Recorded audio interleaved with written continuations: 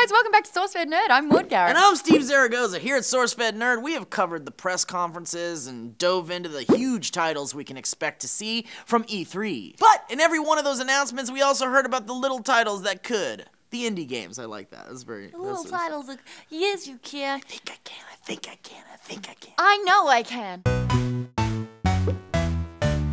Indie game development has gone from strength to strength over the years. Hell, Minecraft was just an incomplete alpha-released idea from Mojang back in 2009, which received staggering popularity, earning them $2.5 billion when it was sold to Microsoft in September last year. With that kind of dough that can be made, the number of developers are obviously rising, and it makes sense that this is a pretty viable business. Now, even the big companies are giving more devotion to indie devs. Last year, Sony only allocated 9 minutes to showcasing indie titles. This year was 14 minutes. That's 50% more. Sounds like someone's been doing their male Kegels. I don't want to think about it. And Nintendo have set up Nindies at Home, which lets peeps over the days of E3 test out 9 indie titles. Those that you demoed get you 15% off once it's out there. That's initiative for you. I like that. How are your nipples feeling?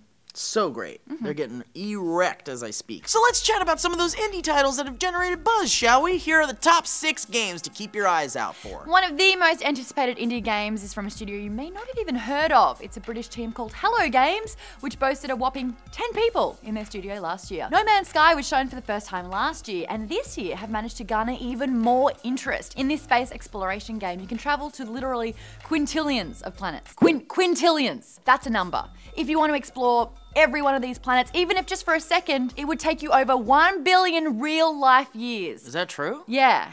Okay, that's pretty amazing. It's awesome, but it's also like scary. See, I kind of feel like I kind of shit on it a little bit in that other video I did. No Man's Sky is impressively huge, but mostly boring. Whoa, fish. I'm gonna keep an eye on this, but I wasn't really shitting on it. I was more like, it seems expansive and cool, but like, very boring in the demo. Quintillion planets. You know what, man? I can't even count that high. I got quintillion gigs of porn on my computer that I'd rather watch.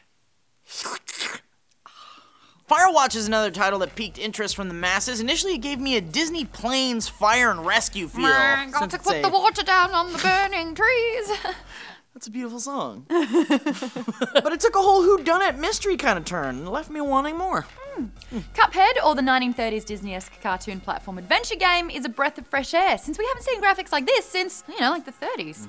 Even with 2 Cuppy characters, it's only a 1-player game, but the studio MDHR will release this game on Xbox One next year. Now, Tacoma, not to be confused with the Toyota truck, is a futuristic first-person space investigation set aboard the Luna transfer station, Tacoma, 200,000 miles away from the Earth. Now, if you're not good with isolation and being creeped out, maybe you should avoid this one. Otherwise, get your Xbox One ready, or as I like to call it, X-Bone. Other people call it that. If you're wanting a unique gameplay experience, then Tiger and Squid's title Beyond Eyes will be an awakening for you as you play as Ray, a 10-year-old girl who's blind and uses sound cues to look for her cat. Oh, wonderful. This soft watercolored filled world is simply stunning. And a bigger mention this time around is Shenmue 3, which I actually talked about a little bit in this video you can click on after you're done watching this one, proving that the power of nostalgia will cause fanboys and girls alike to empty their pockets to get it happening. It's been 14 years since the last game was available on the ill-fated Dreamcast. Did you ever have one of those? No.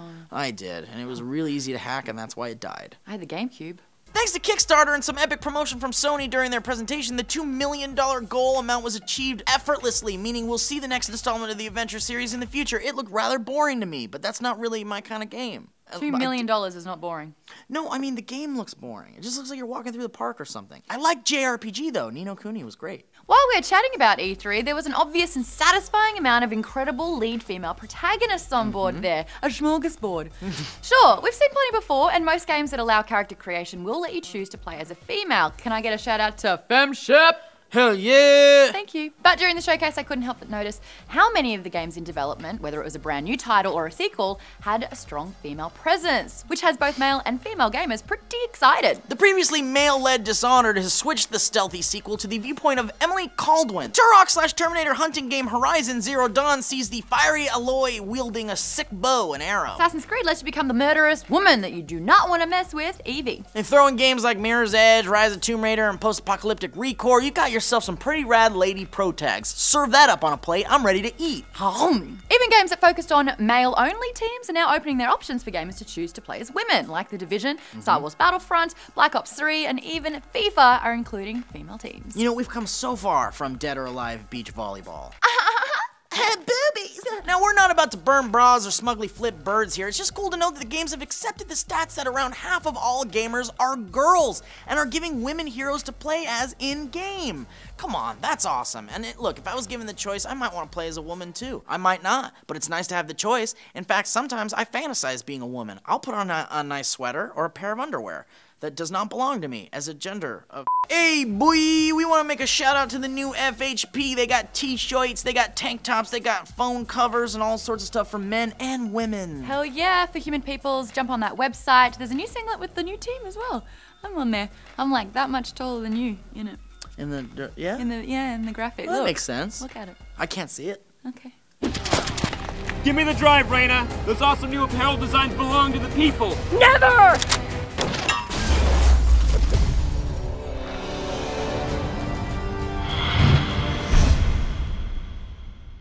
Time to get you guys caught up on all those E3 conferences. Nerds assemble! Let's do it! Last night, Bethesda hosted their pre-E3 conference where they announced a plethora of games that should be arriving at your local game store very soon. Yeah, I feel bad, because I wasn't really shitting on the game, I was just shitting on the demo. It was boring. The guy's like, oh, look at those fish.